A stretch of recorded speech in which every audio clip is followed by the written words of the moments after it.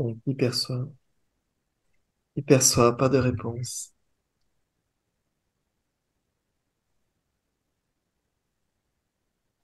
Dans cette non-réponse, hein, la personne s'effondre.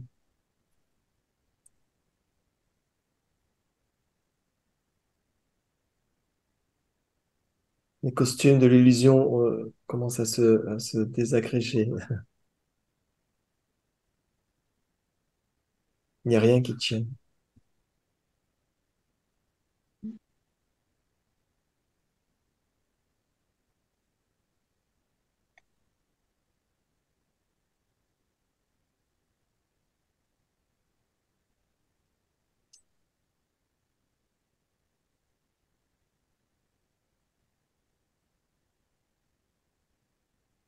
Rien, absolument rien n'a tenu depuis le départ. Et c'est de voir qu'est-ce qui est là depuis le départ. Que le projet, les pensées, le vouloir, les choses que vous avez faites, il n'y a rien qui est stable. Notre entourage n'est pas stable. La planète tourne, les saisons passent, l'inspire et l'expire s'alternent. Vous ne pas vouloir que l'inspire ou ne vouloir que l'expire, tout est en alternance. Vous n'êtes pas propriétaire de ce qui est en train de s'alterner. Il n'y a pas de propriétaire.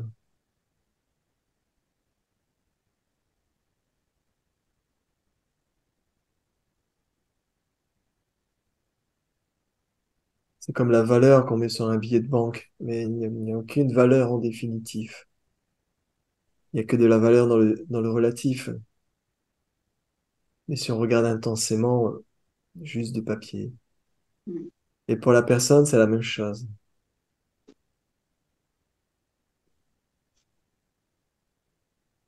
Mais ce papier n'a pas d'existence propre.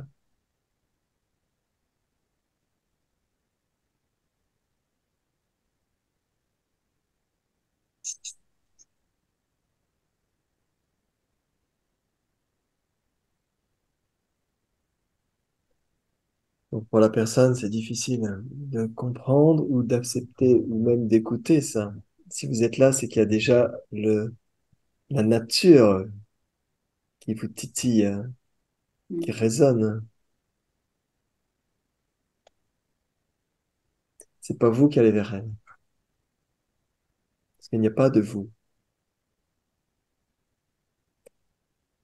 Donc c'est une sorte de vibration, de résonance.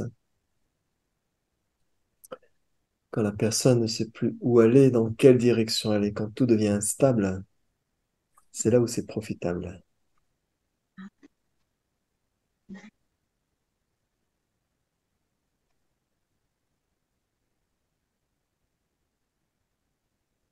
Et vous partez dans des choses égotiques, dans l'orgueil, l'avidité,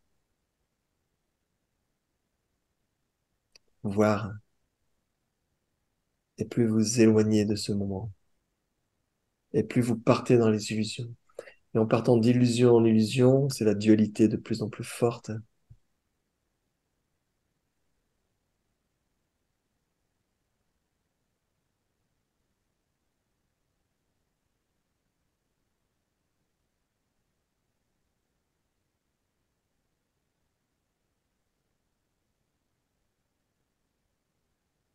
Il y a assez de dualité dans ce monde pour que cela amène à cette perception directe.